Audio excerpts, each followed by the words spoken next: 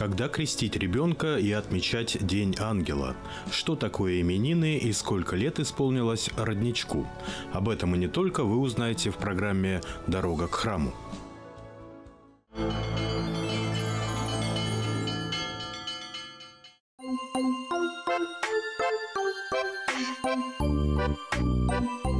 Как на наши именины испекли мы каравай, вот такой вышины, вот такой нижины, вот такой ширины, вот такой ужины. Каравай, каравай, кого любишь, выбирай. Я люблю, конечно, всех, ну а маму больше всех. Эти незамысловатые слова детской песенки, которую еще и по сей день можно услышать на праздновании дня рождения, напоминают нам о позабытой традиции празднования именин. Что же это за праздник? Часто возникает вопрос, что же такое именины, что же такое День ангела и в чем их отличие от дня рождения.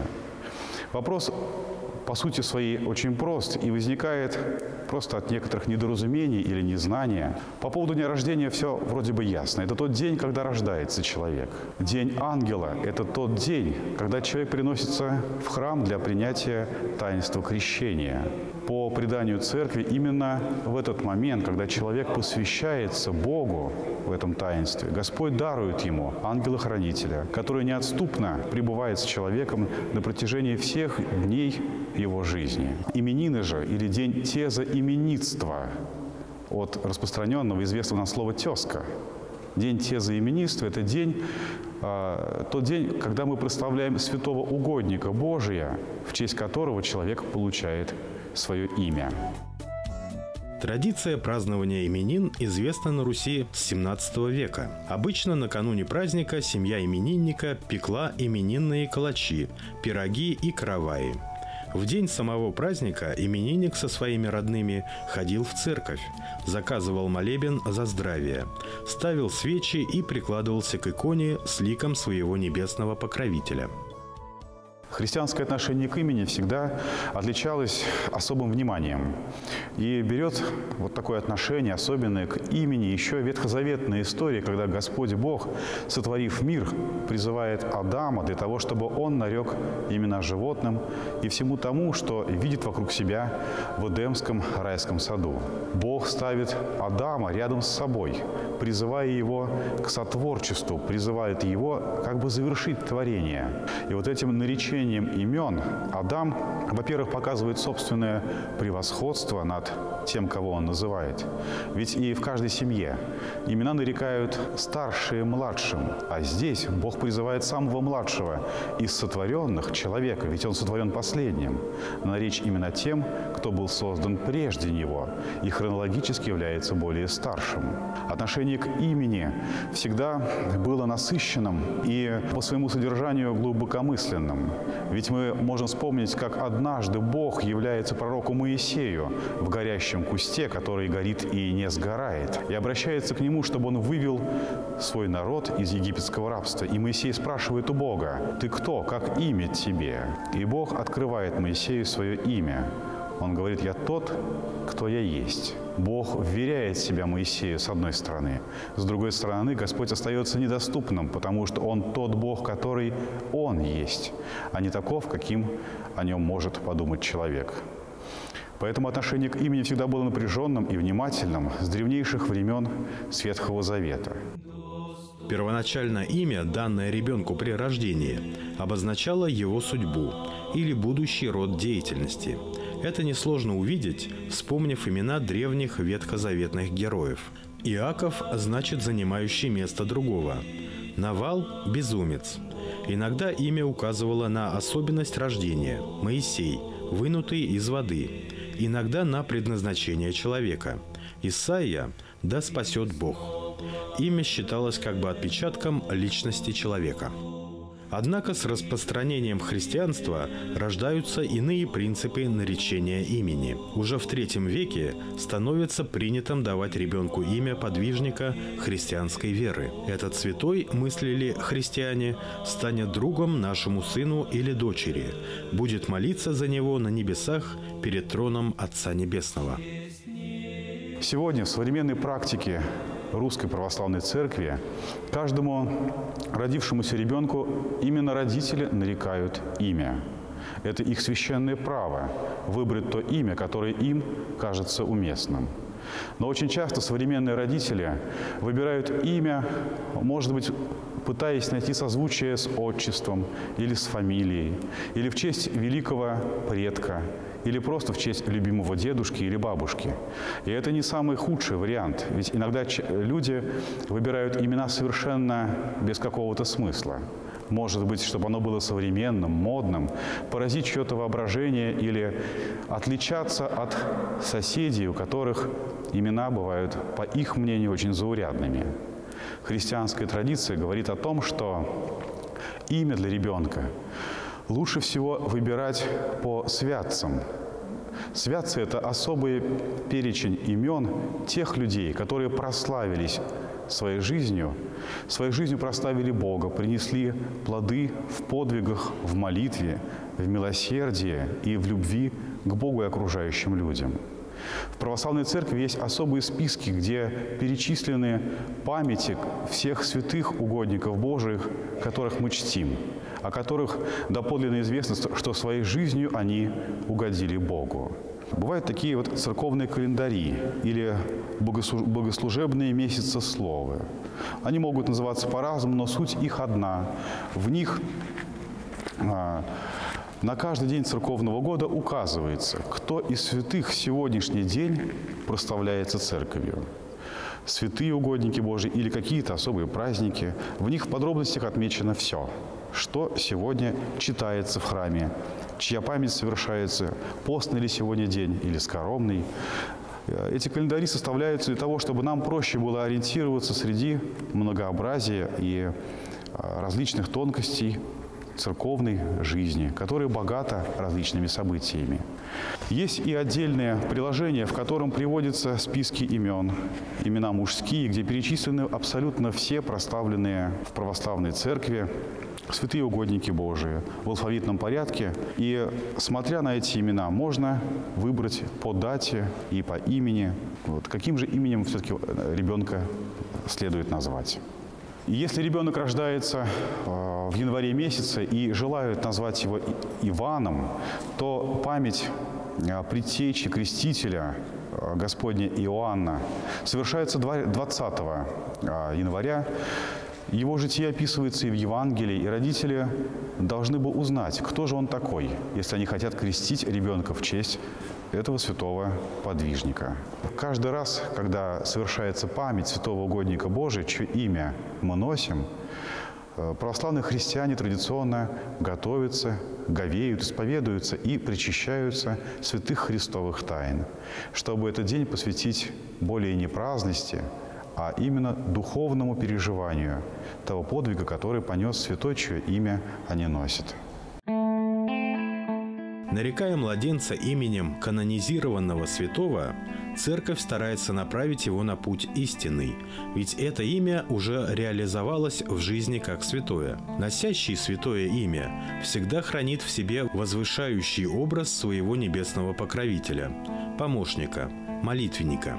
С другой стороны, общность имен объединяет христиан в одно тело Церкви, в один избранный народ.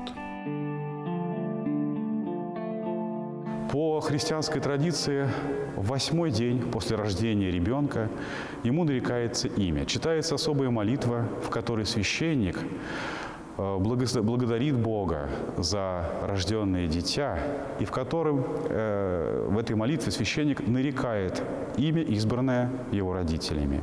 Крестить же детей по христианской традиции положено на 40-й день после рождения, если нет каких-то особых случаев. Если ребенок слаб или болен и есть угроза для его жизни, то можно крестить и сразу, и в первый день его рождения. На 40-й же день мы крестим, потому что это наследие ветхозаветной традиции, так называемого ритуального очищения матери после рождения. В связи с различными физиологическими процессами к 40-му дню женщина уже готова и снова бывает в силах быть на крещении. По некоторым древним книгам после рождения мальчика должно пройти 40 дней, после рождения девочки целых 80. Но мы должны помнить, что это больше ритуальная сторона, и в современной практике после 40-го дня крестят, конечно, всех малышей, и мальчиков, и девочек.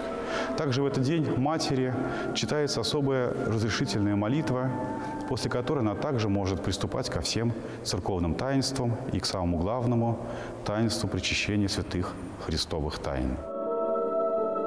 Получить свое имя, причем имя освященное, которое носил до тебя подвижник церкви, значит вступить в таинственную связь и со Христом, абсолютной личностью, и с личностью прежде жившего подвижника Христовой веры. Случается так, что ребенок или уже взрослый человек крещен давно, и никто не может сказать, в честь кого из святых он был крещен, то общее правило такое. Выбирают того святого, кто ближе к его дню рождения. Если имя совпадает с кем-то из святых, выбирают обычно его. Но есть более правильный подход в этом вопросе. Лучше всего человеку узнать о тех соименных ему святых и выбрать. Неважно, сколько пройдет времени после его дня рождения, не важна дата здесь, а важно то, насколько понятен человеку тот святой, в честь кого он назван. Выбрать святого угодника, прочитав его житие, узнав о его подвиге, узнав о том, как он проводил свою земную жизнь. И человек, родившийся в июле, может легко взять на себя имя святого угодника Божия, чья память прославляется в январе. В этом не будет какого-то греха, в этом не будет ошибки. И это будет самое правильное, если мы будем знать жизнь, подвиги и страдания или какие-то духовные совершенства святых, прославленных Церковью.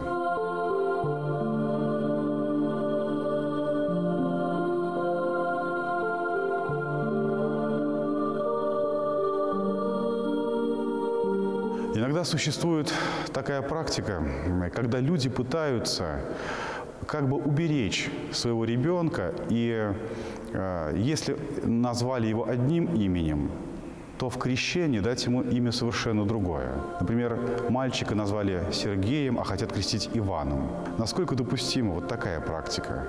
Люди объясняют, что они хотят скрыть от всех подлинное крещальное имя, чтобы уберечь человека от сглаза, от наговора или еще от каких-то скорбей.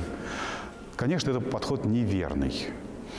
Происходит он от каких-то магических ритуалов, когда знание имени предполагало получение магической власти над душой человека.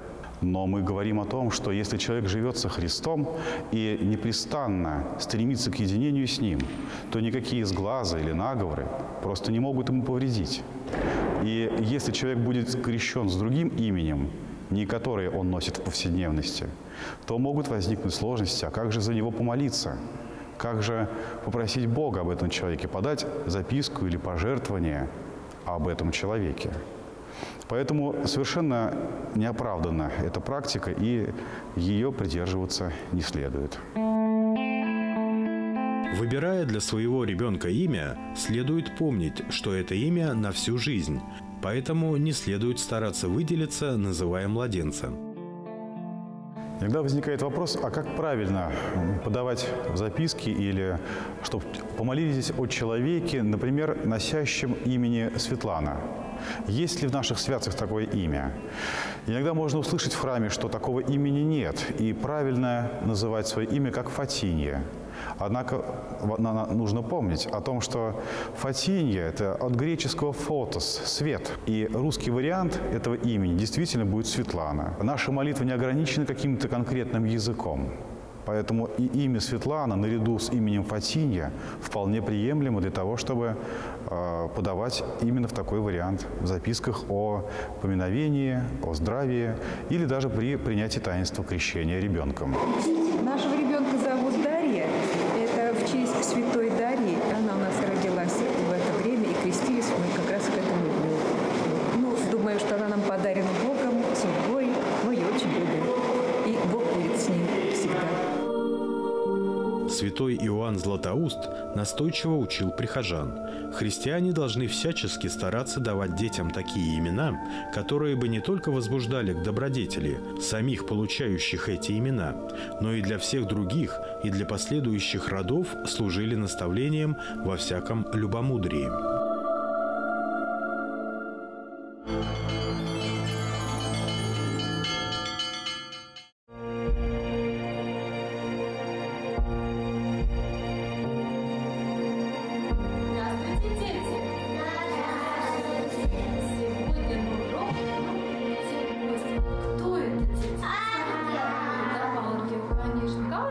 Воскресная школа «Родничок» Иоанна-Предтеченского соборного храма города Кумертау отмечает свое десятилетие. За эти годы школа выпустила немало воспитанников, которым она помогла найти свое место в жизни.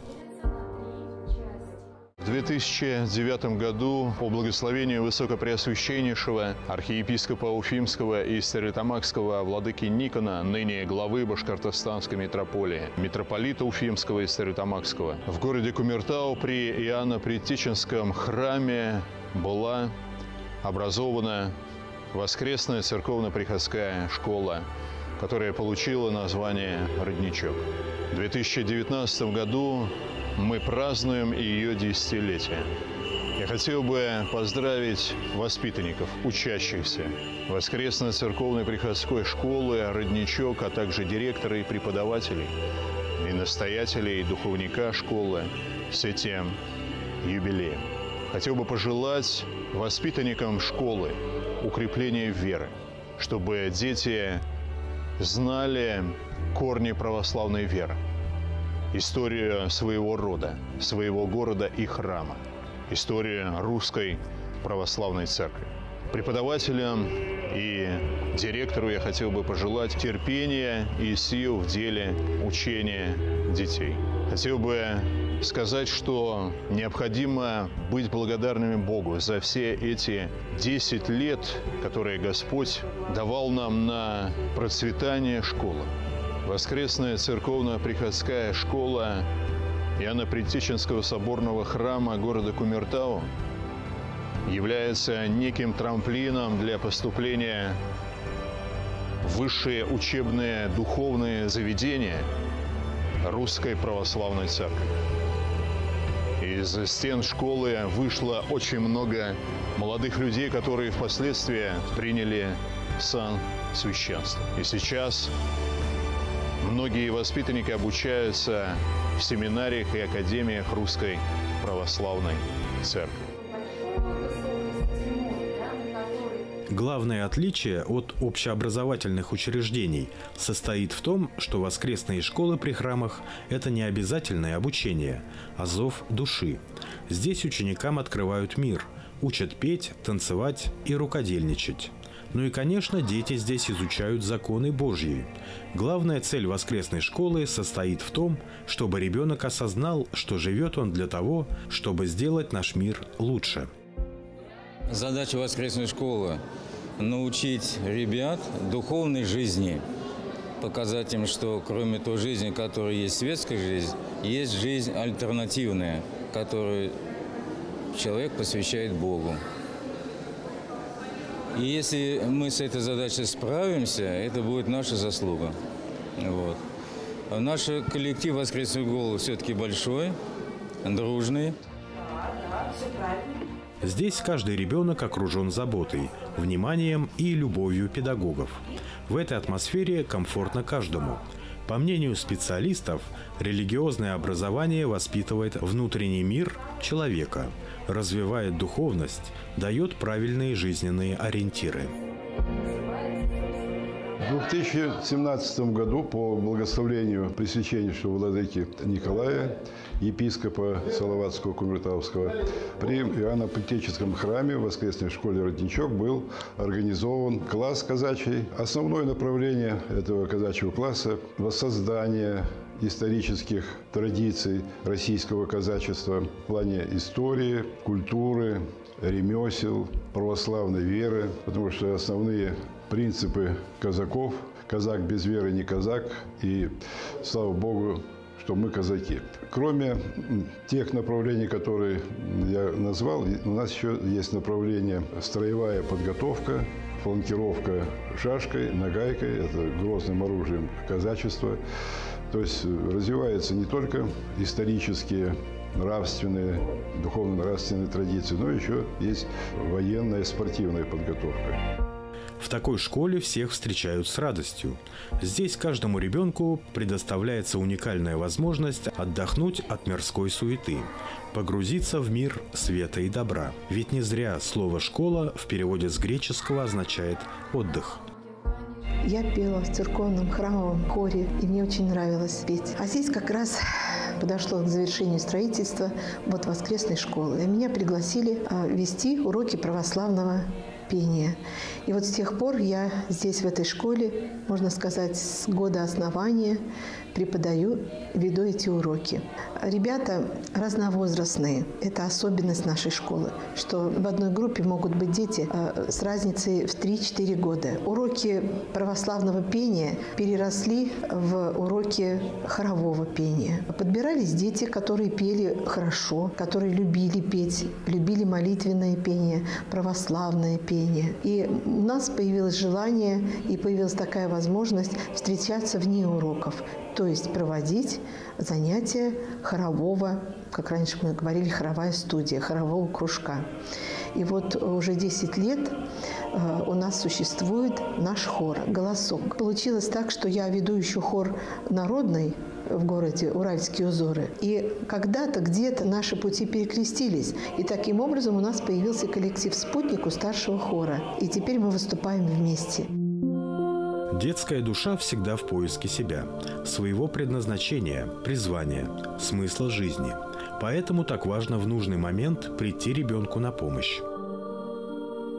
Я очень горда, что мои дети посещают эту школу, замечательная школа, великолепные, получается, педагоги.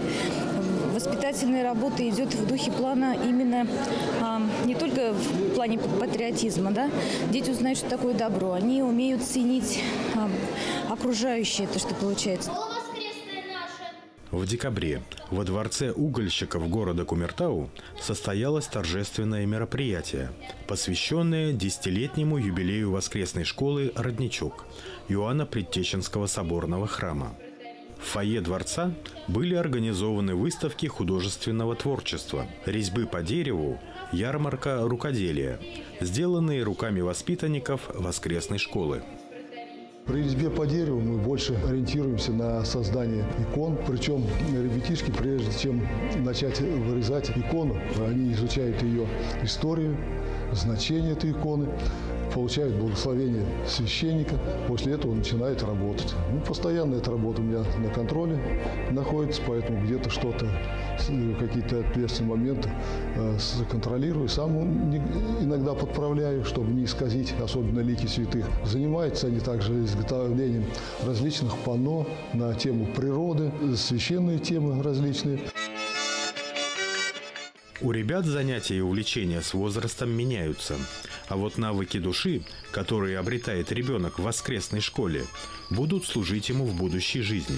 Поэтому не суть важно, какому мастерству ребенок обучается или какую способность развивает. Важно, что при этом он обретает нравственные свойства души.